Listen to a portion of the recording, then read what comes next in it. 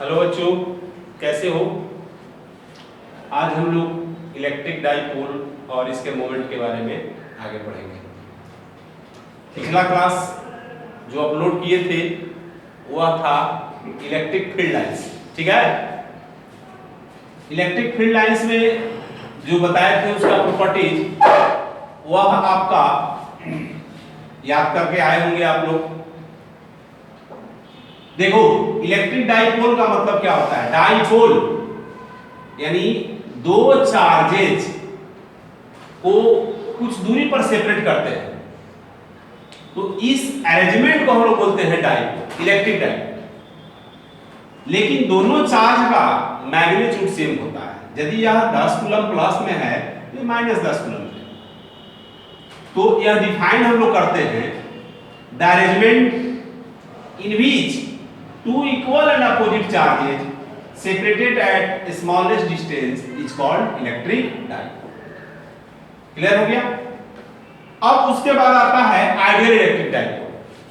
देखो, वर्ड जो आइडियल है वह आपका केवल यह रिप्रेजेंट करता है कि इसको डिफाइन कैसे करें।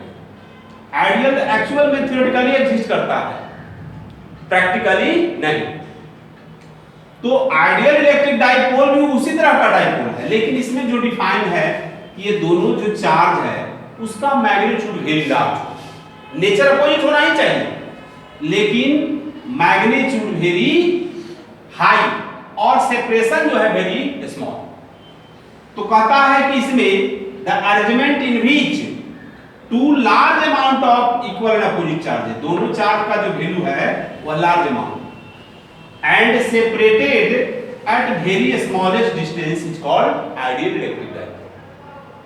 तो डाइपोल और आइडियल डाइपोल यदि पूछे तो उसमें थोड़ा सा एक वर्ड जोड़ देना है। आइडियल में क्या जोड़ेगा कि large amount of equal and opposite charges separated at very smallest distance, और यह सिंपल जो इलेक्ट्रिक डाइपोल है वह two equal and opposite charges separated at smallest distance, और बाकी कोई अंतर नहीं है। और इसके बाद आता है इलेक्ट्रिक डाइपोल मोमेंट। देखो, इलेक्ट्रिक डाइपोल मोमेंट जहां भी आपको आएगा वहां पर यह फिजिकल क्वांटिटी रिप्रेजेंट करता है, जबकि इलेक्ट्रिक डाइपोल जो है एक अरेंजमेंट है, एक व्यवस्था है जिसमें हम लोग दो चार्ज को सेपरेट करते हैं। तो यह जो बताता है कि ये दोनों चार्ज के जो भी मैग्नीट्यूड हो वह मैग्नीट्यूड किसी एक चार्ज का, और यह दोनों के सेपरेशन जो होगा उसके प्रोडक्ट को बोलते हैं इलेक्ट्रिक डाइपोल मोमेंट। यानी the product of magnitude of either charge, चाहे प्लस का मैग्नीट्यूड ले चाहे माइनस का, जो लेंगे वह न्यूमेरिकल वैल्यू होगा, and distance between them is called electric dipole moment. It is denoted by p, इसको p से डिनोट करते बाबू। ये वेक्टर क्वांटिटी है, इट इज वेक्टर क्वांटिटी, तो वेक्टर होगा तो इसका डायरेक्शन भी होगा। Its direction always directed from negative charge to positive charge. इसका डायरेक्शन क्या होता है? Negative to positive. क्लियर है? अब आपको देखो बाबू, इलेक्ट्रिक डाइपोल मोमेंट का यह फिगर हम लोग बना दिए, -q + q। तो डायरेक्शन में आपको अभी रिक्वायर्ड थे कि इसका डायरेक्शन हमेशा नेगेटिव टू पॉजिटिव चार्ज, लेकिन जो मैग्नीट्यूड होगा वह आपका q × 2a, यानी डाइपोल मोमेंट बराबर चार्ज इनटू डिस्टेंस। क्लियर है ना? अब इसी पर इसका यूनिट भी लिख सकता है जी। देखो, यूनिट में क्या लिखेगा? यूनिट ऑफ पी, यह चार्ज का हो गया कूलम और डिस्टेंस का हो गया मीटर, तो कूलम इनटू मीटर। देखिए एक एग्जांपल में बता रहे हैं। यह एग्जांपल आपका वाटर का लिए है। वाटर का जो ज्योमेट्रिकल कंस्ट्रक्शन है वह H2 है, तो 2 आयंस हाइड्रोजन का और एक जो ऑक्सीजन का है, लेकिन ये चूंकि बैलेंसिंग होगा तो इस पर 2 इलेक्ट्रॉन होगा और इस पर 2 प्रोटॉन होगा। तो एक प्लस इसका एक माइनस इसका डाइपोल मोमेंट बना दिया, नेगेटिव टू पॉजिटिव। एक माइनस इसका एक प्लस इसका एक P2 बना दिया, -2 प्लस। अब यहां पर दो डाइपोल मोमेंट काम कर रहा है, एक P1 और एक P2, दोनों के बीच कुछ एंगल हो गया। तो पहले ही हम लोग पढ़ चुके हैं कि वेक्टर क्वांटिटी है, तो रिजल्टेंट डाइपोल मोमेंट P बराबर P1 प्लस P2। क्लियर है? अभी वेक्टर का फार्मूला लगेगा, जैसे आपका r बराबर P प्लस Q होता था, तो दो वेक्टर का फार्मूला मैग्नीट्यूड का निकालते थे, रूट अंडर P1 का स्क्वायर प्लस P2 का square plus 2P1 P2 cos theta. Theta इसके बीच का है बाबू।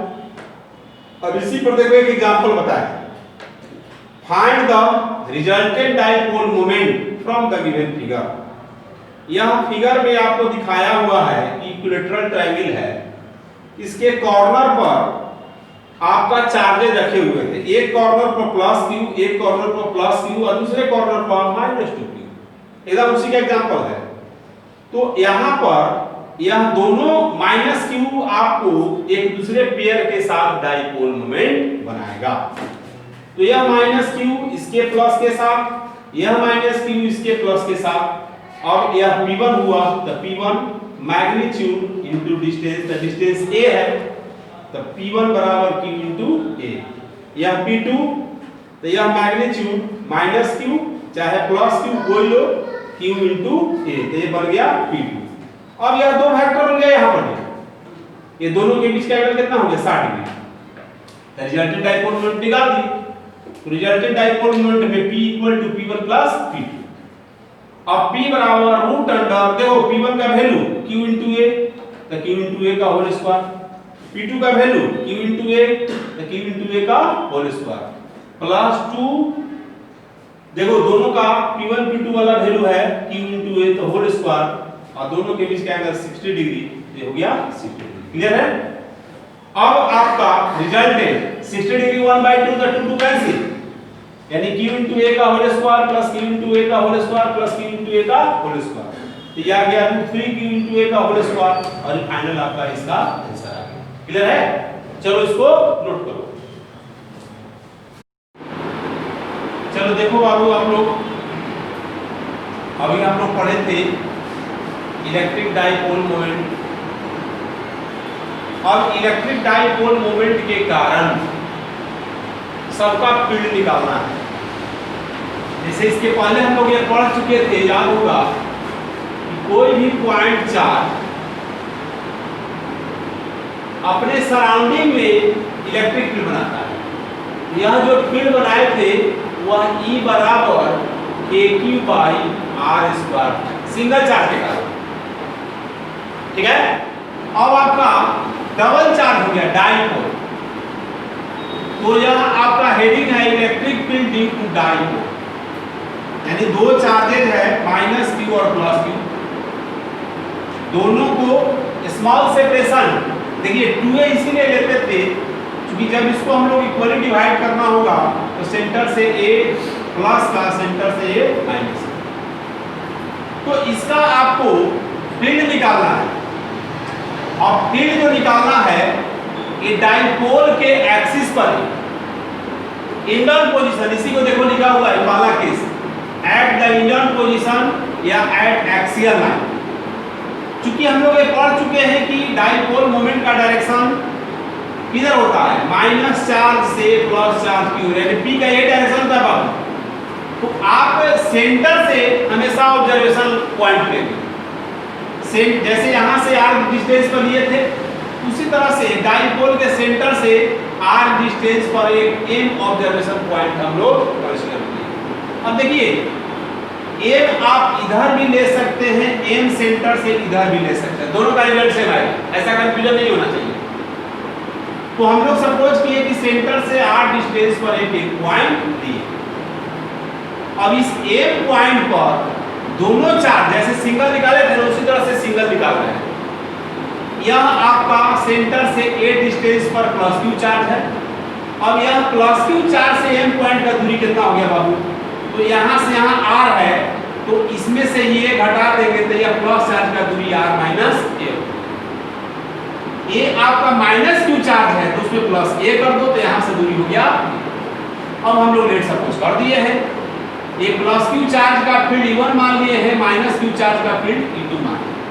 तो देखो एंड पॉइंट पर ये प्लस क्यू चार्ज का इलेक्ट्रिक फील्ड जो होगा प्लस है तो अपने से दूर भगाएगा E1, माइनस है तो अपने को अट्रैक्ट करेगा, तो बारी बारी से दोनों को हम लोग निकालेंगे। देखो लिखते हैं, let an electric dipole having dipole moment P, यह पूरे डाइपोल का डाइपोल मोमेंट क्या है P, due to which we have to determine electric field at point पे। एक पॉइंट पे इलेक्ट्रिक फील्ड निकालना है, वो कहां पर है, which is situated at distance r from the center of dipole, यानी डाइपोल के सेंटर से r डिस्टेंस पर एक पॉइंट सिचुएटेड है। अब बारी बारी से चलो, suppose E1 and E2 be the electric field at point A due to charge plus Q and minus, यानी दोनों के कारण अलग अलग हम लोग फील्ड मान लिए हैं रेस्पेक्टिवली, ठीक है ना। तो देखो प्लस क्यू चार्ज का के क्यू बाई डिस्टेंस का स्क्वायर, डिस्टेंस प्लस है, यहाँ का दूरी कितना है r माइनस है। अब ध्यान देना है बाबू, क्योंकि फील्ड वेक्टर क्वांटिटी है, वेक्टर का एक्सप्लेनेशन हम लोग कर रहे हैं, तो यह प्लस चार्ज अपना फील्ड बाहर करेगा यानी आउटवर्ड में, इसको यदि x पॉजिटिव मानते हैं, इसका direction i cap unit vector में दे दिए। और आइए माइनस क्यू चार्ज का, तो माइनस क्यू चार्ज जो है m पॉइंट से r प्लस a डिस्टेंस पर, तो k क्यू बाई डिस्टेंस का स्क्वायर, तो इसका डायरेक्शन माइनस i में है तो माइनस i कर दिया। अब resultant field at point m का रिजल्टेंट फील्ड क्या होगा, E बराबर E1 प्लस E2, और दोनों को वेक्टर जोड़ रहे हैं, क्लियर है। देखो E vector E1 plus E2, तो E1 का वैल्यू पहले बता दिए थे KQ by R minus I, R minus A का होल स्क्वायर, और इसका माइनस था तो KQ दोनों में है तो कॉमन ले लिए। अब E1 का value 1 by R1 minus A का होल स्क्वायर, और E2 का माइनस पहले आ जाएगा 1 बाई R प्लस A का होल स्क्वायर, I कॉमन ले लिएगा। अब देखो यहाँ ध्यान देना, इधर भी वेक्टर इधर भी वेक्टर, यदि वेक्टर इस पर से हटाएंगे तो I भी हटाना पड़ेगा, क्योंकि केवल आपका एक क्वांटिटी है। जैसे तुम लोग पढ़ा होगा कि P वेक्टर बराबर 3I, तो यह आपको वेक्टर हटाइएगा तो रूट अंडर 3 का स्क्वायर करेगा, क्या आएगा 3 आएगा जी। तो सिंगल के लिए हम लोग यही करते हैं। और इसके बाद वेक्टर इधर हटा दिए, I इधर हटा दिए, KQ। अब आइए ध्यान दीजिए, यह दोनों डिनोमिनेटर जो है उसका एलसीएम हो गया, यह यहाँ पर गुना हुआ और यह यहाँ पर गुना हुआ। अब इसको तोड़ दिए हैं, यह r प्लस a का होल स्क्वायर है, यह r माइनस a का होल स्क्वायर है, यहाँ पर कट गया r square a square, r square a square, 2r 4r हो गया। अब यहाँ पर चूंकि हम लोग चार्ज का जब भी फील्ड निकालते हैं तो चार्ज के टर्म में आएगा, अब डाइपोल के कारण निकाल रहे हैं, तो डाइपोल का जब भी फील्ड निकलेगा तो डाइपोल मोमेंट के टर्म में 4ra को q into 2a कर दिए हैं, 2 यहाँ गुना कर दिए, तो q into 2a बराबर क्या हो गया p, तो इलेक्ट्रिक फील्ड 2kp r बटा r square minus a square का होल स्क्वायर। अब यहीं पर यह जो डिस्टेंस r जो है ये तो पहले ही 2a ही स्मॉल था, a और स्मॉल हो गया, तो यहाँ पर r बहुत बहुत बड़ा है a से, a स्क्वायर को नेगलेक्ट कर दिया। जब a स्क्वायर नेगलेक्ट हो गया तो बच गया आपको यहाँ पर 2kp r के पावर 4, 3 से कट गया, एक पावर ऊपर E बराबर 2kp by r cube, clear है।